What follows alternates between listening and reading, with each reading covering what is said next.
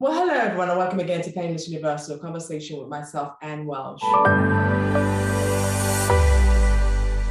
Today we'll be talking about personal stories of overcoming personal loss, personal, rejection within your own self because you thought you were not good enough, to finding your own joy. My guest today, Dhomonique Murphy, will be telling us how she's achieved this. But before we get started, let me tell you a little bit about my guest and who she is. Dhomonique Murphy is a 3 times Emmy Award-winning television personality. She's a professional speaker, best-selling author, entrepreneur, and spokesmodel. She'll be telling us how do we learn the secrets of success. So many times, so many people out there, so many social handles always talk about success, but no one really tells you the real secret of success. How could you really click that button to become successful? What does it really take to be successful? She'll be sharing those secrets with us. The interview will focus on her entrepreneurial journey, how she found her voice and confidence, being authentic in the media, and mostly importantly, how to be seen and heard, how to be in a room and people could see you and hear you. And I will also be asking her a beautiful question about her personal story of loss to massive success, how she's overcome all her challenges to find her joy. Meet my amazing guest, Dhomonique Murphy, as she shares her story and help us to find our own joy. Meet Dhomonique. Well, hello everyone, and welcome again to Painless Universal Conversation with myself, Anne Welsh. As I said in my introduction, today's conversation is truly special because one that inspires you and encourages you to get there, to believe in yourself and focus you, follow your dream. So many of us live in these circumstances where we've tried and tried and tried, and we failed to realize that you can keep trying, you will get there at the end of the day. My guest, amazing, all the way from the United States, will be telling us about her own journey. Dhomonique Murphy will be telling us how she, went through that ladder to where she is today. But before, I have to repeat this, guys, because I want her to hear this. Let me tell you a little bit about Dhomonique, which we said in our introduction. She's a 3 times Emmy Award-winning television personality. She's a professional speaker, best-selling author, entrepreneur, and a model as well. And you see her, if you Google her, you see so much of her work. She does amazing work, especially on helping women and helping individual corporates and companies to get their brand out there. Dhomonique, how are you today? And I'm better now that I'm here with you. You look amazing. You sound amazing. And that smile, it's amazing. It's contagious. So thank you for the opportunity to be on your show today. Oh, no, absolutely. I'm so glad to have you. You look amazing yourself. I was so excited. Anyone who looks at your profile will be like, wow. And I was so excited. I said, there's this lady here who's doing exceptional work. But before we even get into all of your work, everything you've done before, I have to ask you the simple question: who are you? Oh, that's a great question. So oftentimes people say, who are you, Dhomonique? And I'm not a believer of giving you bullet points off of a resume. I'm into giving you things that you won't find on Google. So who is Dhomonique really? I am a mom. I have 2 kids that are the light of my life. I have a husband who is my best friend. But outside of family and being a mom, who am I? Really, I'm a student. Always and forever will be. I like to define myself as a student. I always say, God willing, I live to see 80 or 90 or 100. I never want to be done learning. I never want to be that person who has it all figured out, because in life, sometimes your greatest teachers are those who have come before you or those who have come after you. I can honestly sit here today and tell you, Anne, that my children have been my greatest teacher in life. So I'm a student forever, forever and ever. That's who I am. I love that. I think that is one of the most perfect answers I've ever heard here, because I think we so often say we're this, we've accomplished X, Y, Z, but it's nothing beats in this life that you want to consciously learn. You want to keep improving yourself. And it doesn't matter what age you are. you realize that even if you're this age, you still believe that that is something you want to put in your background. You want to keep taking it, absorbing and learning. I even say to my kids, I'm happy to learn from you guys. I'm not embarrassed about it because there are things you would know eventually that I would not know. So I'm happy for you guys to keep teaching me this. So it's a beautiful answer. Thank you for sharing that bit. Thank you, Anne. We have to go into this bit, right? When you look at your childhood, because when you look at anyone who's had a great path or who's now successful, their childhood always plays an influence in it. As either they had so much pain or they had so much joy and they just wanted to share that with the rest of the world. What was your childhood like and how did that influence who you are today? Sure. Oh, goodness. This is going to get deep, huh? So my childhood was fine. I grew up in a very working class family. Minnesota is where I'm from, in the USA, Minnesota. Mom, dad, brother, and a dog eventually. So a very small family. My childhood was fine. I didn't have any crazy stories per se. I look at my mother. My mother grew up in the civil rights and had a time where she marched with Dr. King and all these like unbelievable stories. Wow. She had times when she was chased by KKK going to school, like stories like that. I don't have anything to that level, but what I will say is there was a time in my life as a child where I really struggled with my identity, with who I was. And the reason for this is for quite a period of time, certain people in my family who were close to me would refer to me as darky because of the color of my skin. And so it became a complex that I developed where I thought, I'm not good enough. Maybe I'm not lovable. Maybe I'm not worthy of opportunities because of what I was born into, what I look like. So for years as a child, I struggled with that. I struggled with, am I good enough? Am I pretty enough? Because in the Black culture, in a lot of culture, right? In our culture, in the Black culture, darker skin in historic times has been perceived as not as good as people with lighter complected skin. So for me growing up, I really struggled with this. And I was like, am I good enough? Am I worthy? Can I do it? Can I make it? Can I even get into the media? And so it was that overcoming that over years that took some time.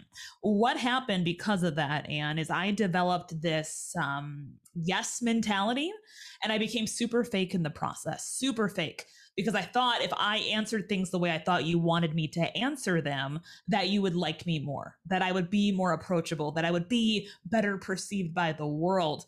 And what I realized is that quite the opposite was true. I didn't know how to answer questions. I didn't know who I was. I didn't know because I hadn't tapped into who Dhomonique was.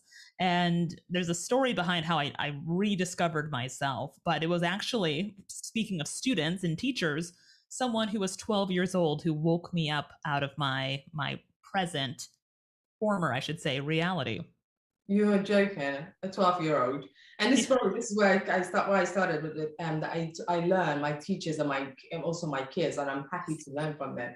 And You're saying that this was a 12-year-old who brought you into your reality.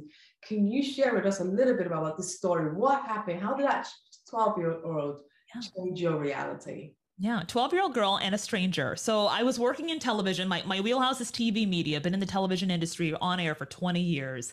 And I was speaking to a group of young girls. And I love speaking to children, especially girls, right? And these girls ranged in age from about 8 to about 14.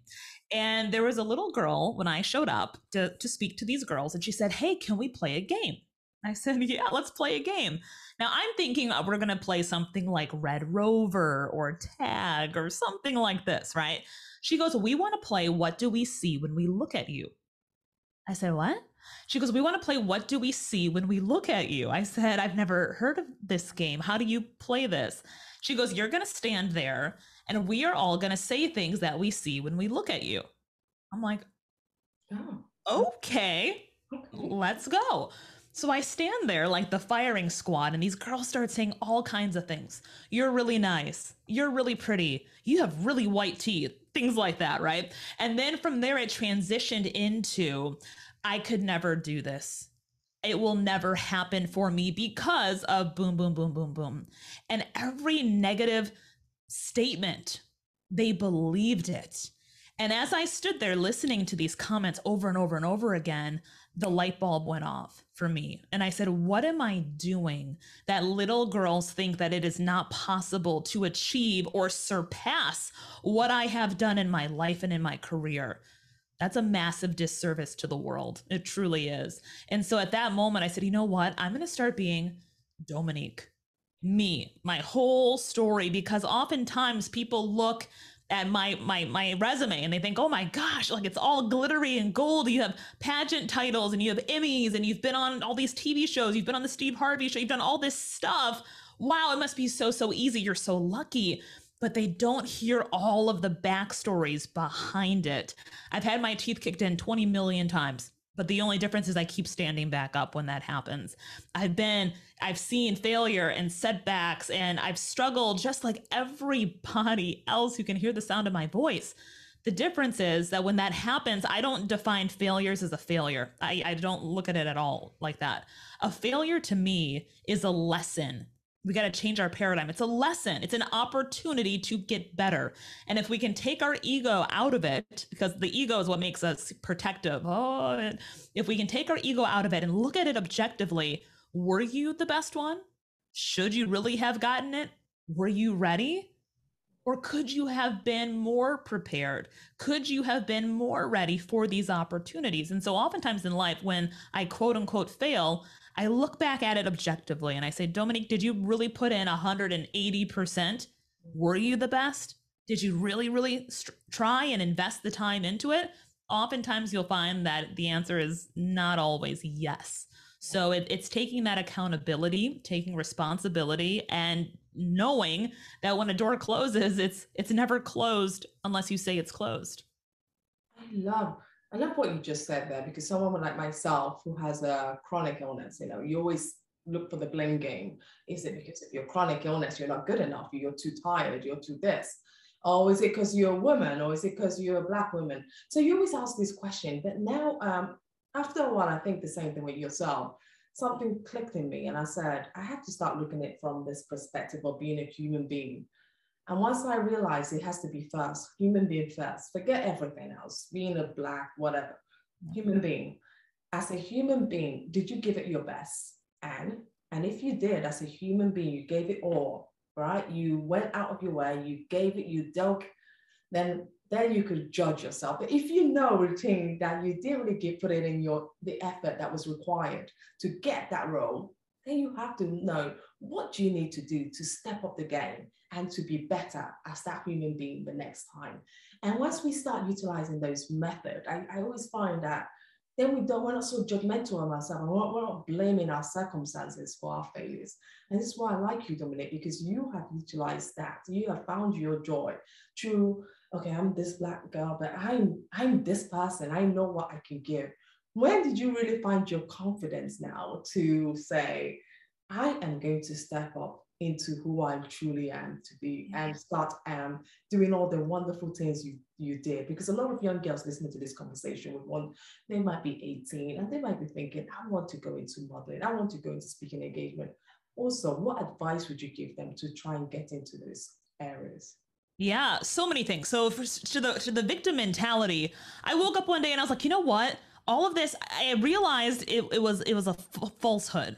And we in life, humans, play small. And the reason we play small, it's actually a protective mechanism that we do to protect us, right? So if we play small, well, I'm going to apply for the job, but if I don't get it, we do that to protect ourselves, right? Because if it doesn't happen, then we can justify and say, oh, see, that's why it didn't happen. So I call that playing small. And everybody does it in 100 different ways, right? We are all cut from a different cloth. We're all completely different. So when I was a child, I thought I was less than because I had dark skin. I woke up in my 20s and was like, that's not the case at all whatsoever.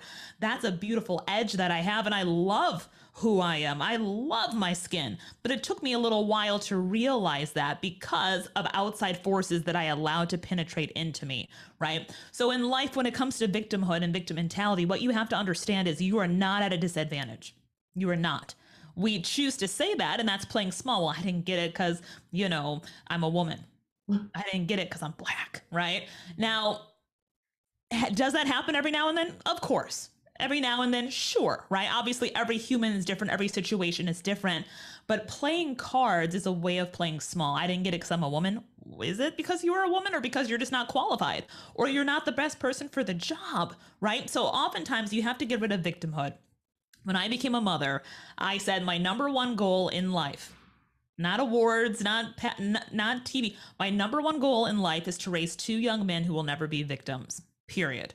So that means they have to have the mindset to say, you know what, in life I can do and achieve anything it is that I want to do and achieve. Now, will there be people along the way who may not want me to get there? Of course.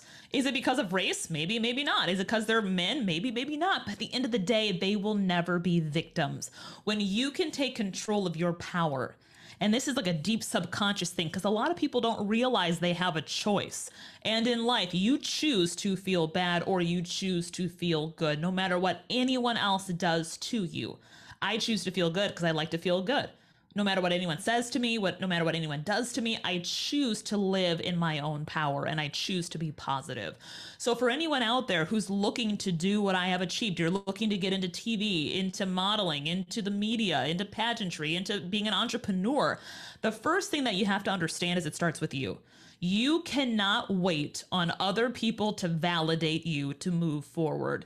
A lot of entrepreneurs and a lot of people who want to do things, they're wanting to do things. So take the word want out of your vocabulary and claim it. I am so happy and grateful that I am doing fill in the blank, that I have achieved fill in the blank. Because if you want today, you're going to be wanting a year from now, and you'll be wanting 10 years from now. So claim it. What is it that you are going to achieve? Number two, you can't wait on anyone else to say, I agree, you'd be great at that. Because oftentimes when you go on a different path, a different journey than what people are used to seeing you in, you're going to have outside forces going, you're going to do what? You think you're qualified for that? Oh, that's so funny. You're going to hear things like that because everybody does. I had people who tell me, you're going to run for what? You're going to be in pageants? You're going to be on TV? You? Yes, I am. And yes, you are. So the key is realizing that you have to surround yourself with people who are winning, people who want to see you rise and win. And if you're one of those people out there and you're like, yeah, Dhomonique, that sounds good, but the people who are telling me no are my family, because I hear that often, right? Maybe mom or dad or spouse or boyfriend, girlfriend, kids, whatever, are saying, I don't think you should do this. What you have to do is you have to look at this and put it into a category. And I'd have everyone that I work with do this. You're going to take a piece of paper and you're going to draw a line vertically through the middle of the page, left and right. And on the top left, you're going to write love. And on the top right, you're going to write fear. Every decision that we make in life is either out of love or fear. Fear also means malice. So when someone's telling you you should not do it, you have to ask yourself, is this person saying I should not do it out of love or out of malice, right? Most of the times when it comes to family, it's actually, even though it doesn't feel like it, it's actually out of love. They are trying to protect you because they've never done this and they're scared that you'll fail, right? Not that you will, but they are afraid of what could potentially happen because their whole life they've played small. They've been scared to do what you are looking to do.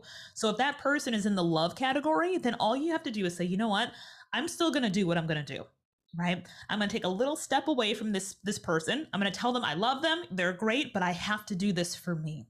And you have to understand that that might not be the person you call when that one opportunity doesn't happen, or even when it does. You might just kind of hold off on this one person a little bit, right? Now, you love them. They're still there. You're not cutting them off, but you need to take a little step away so that you can skyrocket to success. If the person shows up in the fear malice category, right? These are people who don't want you to be successful because they don't want to see you win. Those are the people that you have to remove out of your life if you want to be successful. I love the love bit, the love category, because I think so many of us, especially in the African family and the African American, you see a lot of that. It's almost embedded in the culture. It is almost something that they have seen and they know, they think, if it didn't happen for me, I'm scared that you would try and reach out and then you're not successful. But I love how you said there's a good way to deal with that whole problem, because that's what a lot of them find how do I deal with this person? I love this person. This person could be your mother, it can be your father, your brother, your sister. And you just said you love them, you still do, but just separate the two as well. Separate the thing. You don't need to tell them everything. Still love them like you do. You could go for Sunday meal, whatever, but don't necessarily talk about the business because it might not be something that will be so supportive of. I love that. It is so true because this is what a lot of our listeners will want to hear because they will be going through such problems in their lives because they are looking at this path of being so successful, but having all this barrier blocking them off. Um, you are now the president of many successful companies, and when you look at yourself, you have gone skyrocketed. You're now managing businesses. Managing business is never easy because then you have to learn it's not just the face anymore, it's not just the speaking, it's now the balance sheet that really matters. And you're doing that very well. Can you share some of your path to being successful as an entrepreneur in business? Yeah. Wow, I love this question. Okay, so tips to being successful as an entrepreneur in business. Many things. Number one, take the ego and check it. Because a lot of times people want to be an entrepreneur and they're like, I'm the boss. It's me. I did this. I did this. There's a quote that I love, and it says, God has the power to show you who's God, right? And I found every time in my life when I thought I was something better, that I was always shown that that's not the case, right? Those are those hard lessons that you learn along the journey. So for anyone out there who's looking to break into the art of business, number one, surround yourself with great people. Build a team around you. It is not possible to really scale to a high level without a team behind you. And call your team team. Don't call them staff. They're not your employees. It's a team. You want to build a community of people who want to elevate you, your brand, and also the company as a whole because they're invested into it, right? So it's all about company culture. So you want to create a team, people around you. Now, if you're starting in the entrepreneur space and you're like, wow, that sounds great, but I don't have money to build a team yet, you always have a team around you, whether you believe it or not. You do. The person who is doing your dry cleaning is part of your team because they're helping you look good. The person who cuts your hair is part of your team because they're helping you and your brand look a certain way. So I want you to change the paradigm and say, who are all these people in my life who are helping me? Because all of those people become part of your team. And when you treat people with dignity and respect, they want to help you rise. They want to help you win. And together it's a collective effort. So you have to surround yourself with good people and build a team. When it comes to being an entrepreneur, you have to get very clear, okay? The riches are in the niches. You want to find what it is that you're really good at and stay in your lane.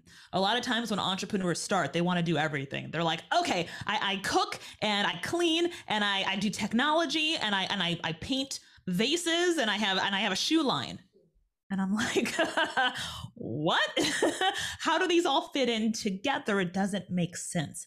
So when you start a business, you want to pick one thing and make sure it's something that you're really, really good at and really passionate about, because the passion is the thing that will keep you going during those hard times. I am here to tell you as an entrepreneur, it is incredibly difficult to start a company. I'm gonna be fully transparent because there's a lot of people out there who are like, oh, it's so easy. And then you see those YouTube commercials of people who are like, I got $1 million in 5 days and whoa, right? And then you start to think, why is it happening for everybody else and not for me? Well, I'm here to tell you that 99% of those things you see that are like that are not accurate. They're not true. It's tough. Being a business owner, creating something, even just building a personal brand is incredibly tough. You are going to have setbacks. You're going to have days where you're like, oh my gosh, is this going to work?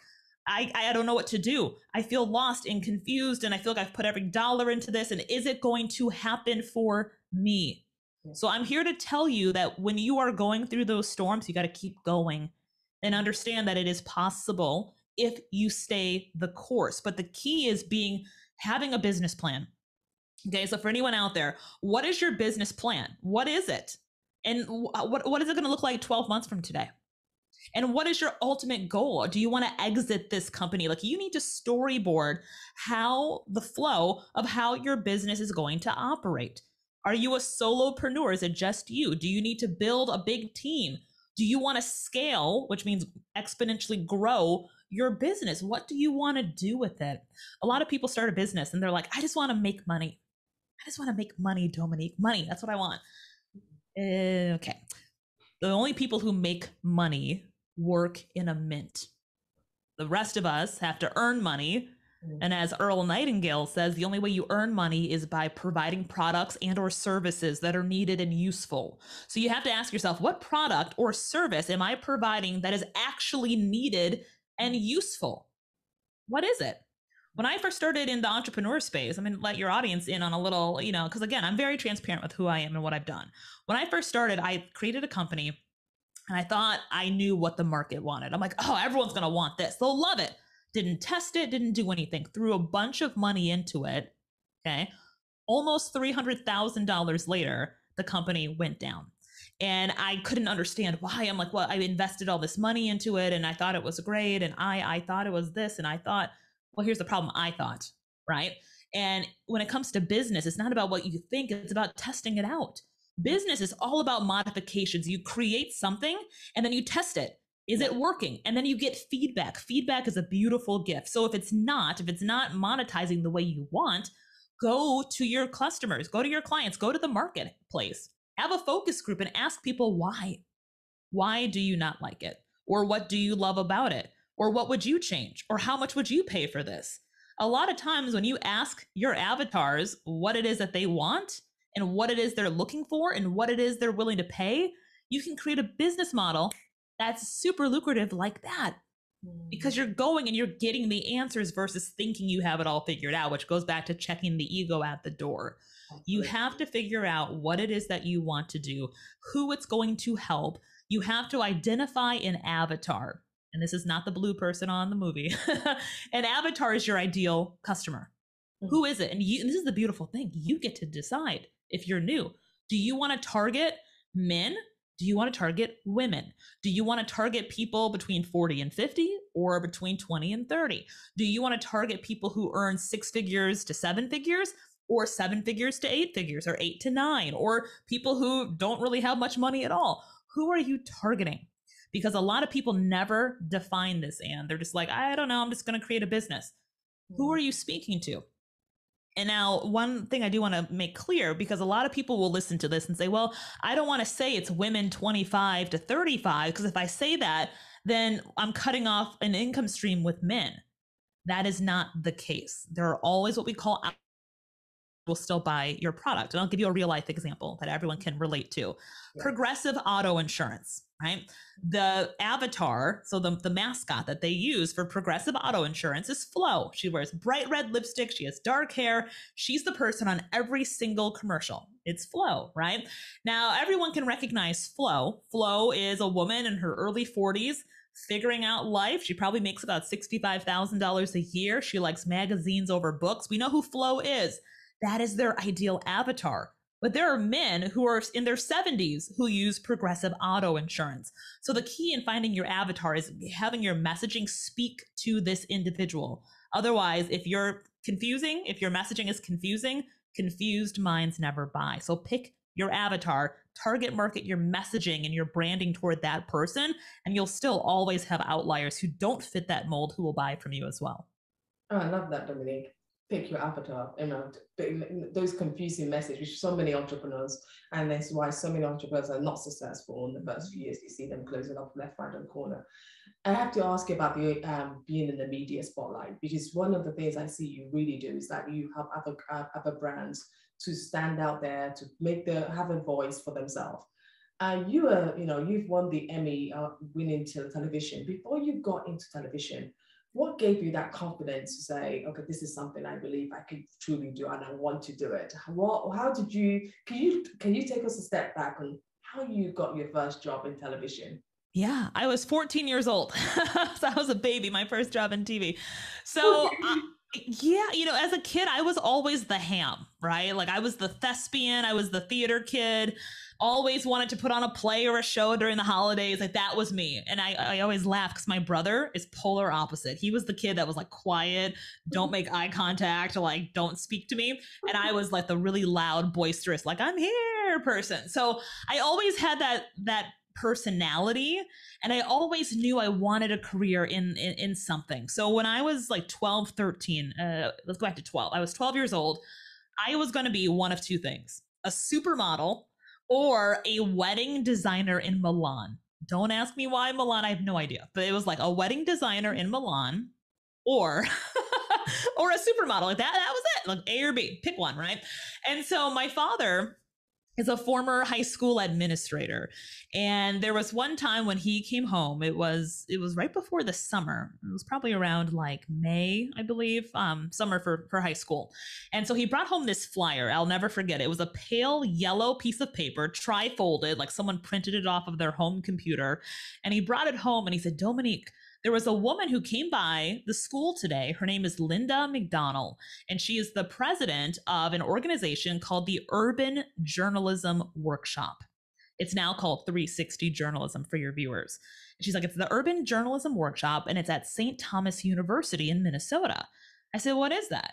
He said, it's a 2-week event where kids will apply, and if you get in, you go to this college for 2 weeks, and you're immersed in journalism.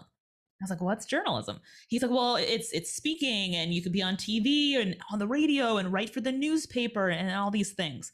And I said, oh, no. I want to be a supermodel or a wedding designer in Milan.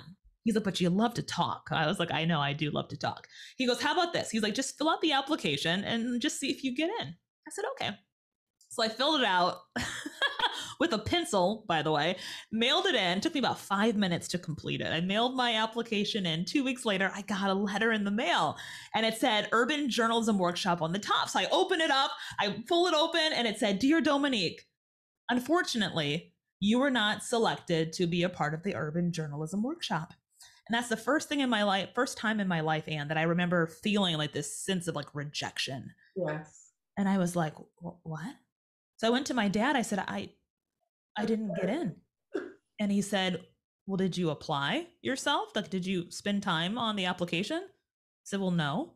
He's like, how do you expect to achieve anything in life, Dhomonique, if you don't apply yourself? And that was a light bulb moment for me. And I said, oh my gosh, you're right. I said, okay. A year later, and he brought home the same flyer. Kid you not. Same yellow flyer. He said, Linda came in the office today, and I think you should apply. I said, Dad, I didn't get in last year. He said, but you didn't apply. You told me that yourself. He goes, how about this? I'll make a deal with you.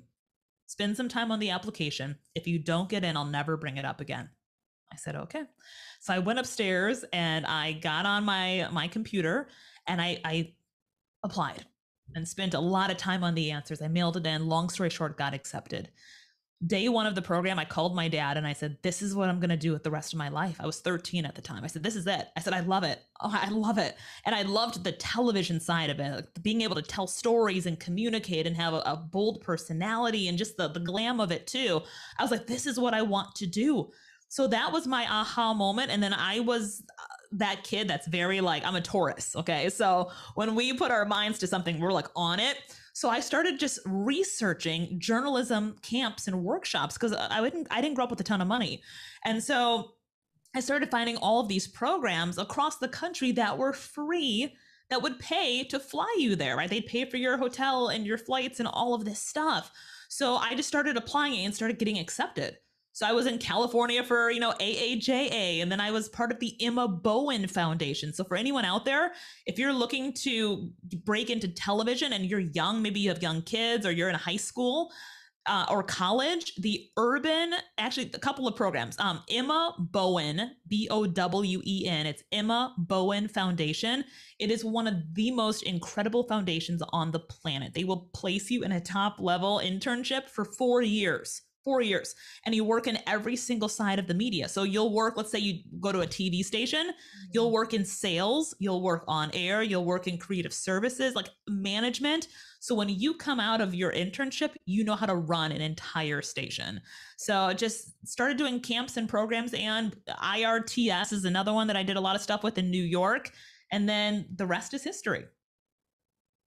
Wow, that is truly unbelievable because Thank you. I don't know, people just hear the stories and they just think, oh, that was easy for her. She must have got in. She must have just been, just easily slipped herself in and not realizing that there is hard work behind it. Our final question before I let you go is that how do you define success? Now you look back at yourself, managing it with you've got a beautiful family, you've got two young kids, your mother now, and you have to, life is not the same. You have to see things in a different way. But how do you define success as a mother?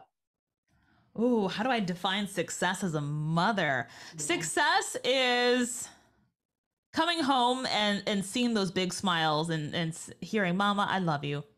Like that to me is success, right? And in life, we go through different iterations of our life, right? And so success for me 5 years ago is very different than success today, and probably will be different 5 years from present day right now. Success is ever evolving and ever changing.